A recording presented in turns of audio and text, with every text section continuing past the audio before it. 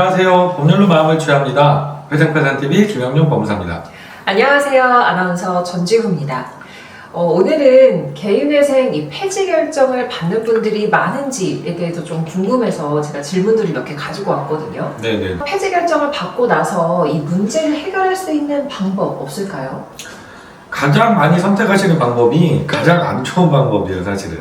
그래요? 예, 다시 개인회생 준비하셔서 처음부터 다시 진행하시는 거예요.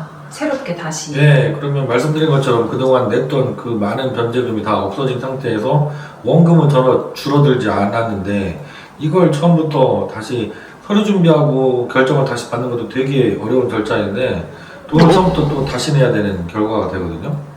물론 조건이 좀 바뀌었다. 내가 예를 들어서 소득이 줄었거나 아니면 부양가족이 늘었거나 이래서 종전에 진행했던 개인회생보다 변제금을 좀 줄일 수 있는 분이라고 하면 다시 신청하는 게 뭐 아주 나쁜 방법이 아닐 수도 있긴 합니다. 그 다음에 또 경우가 많지는 않으신 것 같은데요. 좋은 방법이 있어요. 개인회생을 내가 폐지당한 이유가 변제금을 내는 게 정말 힘든 사정이 생겨서 그랬다. 그러면 개인회생이 아니라 개인 파산으로 다시 신청하시는 거예요. 그래서 개인 파산으로 신청하셔서 면책을 그냥 채무 전체를 한꺼번에 다 면책을 받아버리면 가장 좋은 방법이 되겠죠. 그럼 법무사님 이야기를 들어보니 파산 신청을 해서 다시 면책을 받는 게 가장 좋은 방법인 것 같은데 네. 어떤 분들이 이렇게 할 수 있는 거예요? 일단은 파산 조건이 되셔야 되잖아요. 네. 근데 우리가 개인회생과 개인 파산을 상담하시면 어떤 제도를 선택할지 기준이 가장 크게 되는 게 소득이에요. 그래서 우리가 종전에 개인회생을 신청할 수밖에 없었다고 하면 소득이 어느 정도 있었다는 얘기예요. 법원에서 인정하고 있는 개인회생 생계비보다 소득이 높았다는 거거든요. 그런데 이분이 폐지된 이유가 내가 소득이 줄어서 변제금을 납부할 수 없는 사정이 되셨던 분들 많이 계시잖아요. 근데 말씀드린 것처럼 다시 개인회생을 신청하는 것보다는 개인 파산이 가능한 조건이 된다고 하면 개인 파산으로 신청하셔서 한꺼번에 채무 전체를 탕감받는 게 훨씬 더 좋기 때문에 이런 경우에 가장 개인회생 하다가 폐지됐지만 개인 파산으로 들어갈 수 있는 경우가 되죠. 소득이 많이 감소한 경우 이럴 때가 첫 번째에 해당이 되겠죠.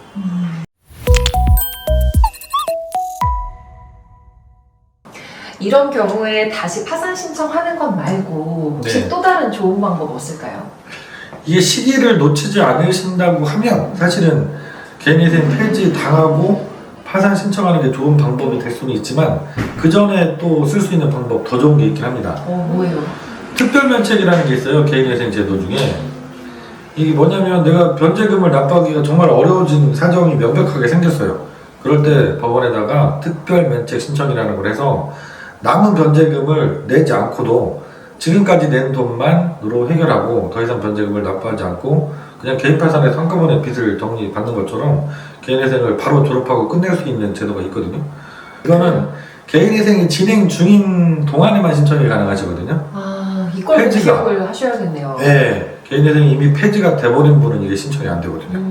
그래서 내가 폐지가 될 것 같다, 더 이상 변제금 납부하는 게 힘들다, 이런 상황에 처하신 분이라고 하면 내가 이 세 가지 조건, 특별면책 신청 조건이 되는지를 알아보시고 폐지 전에 특별면책을 신청하셔서 나머지 채무를 변제금을 내지 않고도 면책을 받을 수 있다고 하면 그게 가장 좋은 방법이 됩니다.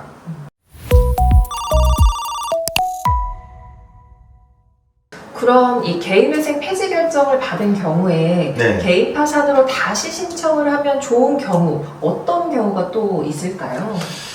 이런 경우 제가 상담 보시면 정말 안타까운 경우예요. 어떤 경우냐면 원래 이분은 처음부터 개인 회생이 아니라 개인 파산으로 신청하셨으면 됐을 분들도 의외로 상담을 저희 사무실에 많이 오시거든요. 이런 일이 발생하는 이유가 그 개인 회생, 개인 파산을 전문으로 한다고 광고하는 사무실이 너무 많은데 실제로 전문이 아닌 것들이 꽤 많습니다.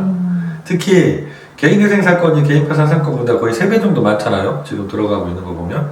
그래서 개인 회생만 중점적으로 하는 사무실들도 꽤 있는 것 같아요. 근데 개인 파산은 실무를 잘 해보지 않았고 잘 모르는 상태에서 개인 회생만 상담을 주로 하는 사무실들이 있는 거죠. 그러다 보니까 상담을 해도 이분이 개인 파산이 더 유리한지를 판단을 못하는 경우들이 있는 것 같아요. 개인 파산이 가능한데도 불구하고 내가 경험해본 거, 내가 아는 것이 개인 회생이니까 개인 회생에 그냥 맞춰서 개인회생으로 신청하라고만 상담을 하는 거죠. 근데 이걸 알아보시는 분들은 전문가가 아니시니까 당연히 잘 모르시잖아요. 상담까지 가서 변호사 사무실, 법무사 사무실 가서 상담까지 받으시고 그쪽에서 전문가라는 사람이 이렇게 해야 된다라고 얘기하면 믿고 따라갈 수밖에 없잖아요. 그렇죠. 근데 그게 사실은 정답이 아니었던 경우도 있는 거죠. 그래서 저희 사무실에 재차 개인회생 폐지 결정을 받았고 그래서 다시 개인회생을 신청해야 된다고 오신 분들 중에 제가 상담을 해봤는데 애초에 그분은 파산으로 신청했어도 충분히 면책이 가능했던 경우들이 종종 생깁니다. 이런 경우에 정말 좀 안타까워요. 그래서 이런 분들은 다시 개인 파산으로 신청하면 당연히 면책 결정 쉽게 나와요.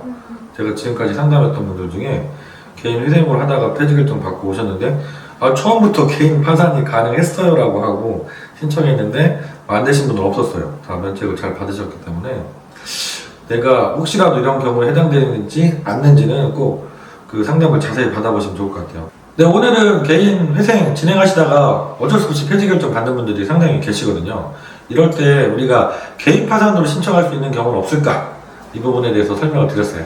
오늘 영상도 도움이 되셨으면 좋겠고요. 다음 시간에도 좋은 영상 잘 준비해서 다시 찾아뵙도록 하겠습니다. 네, 언제나 힘이 되는 채널이 되겠습니다. 고맙습니다.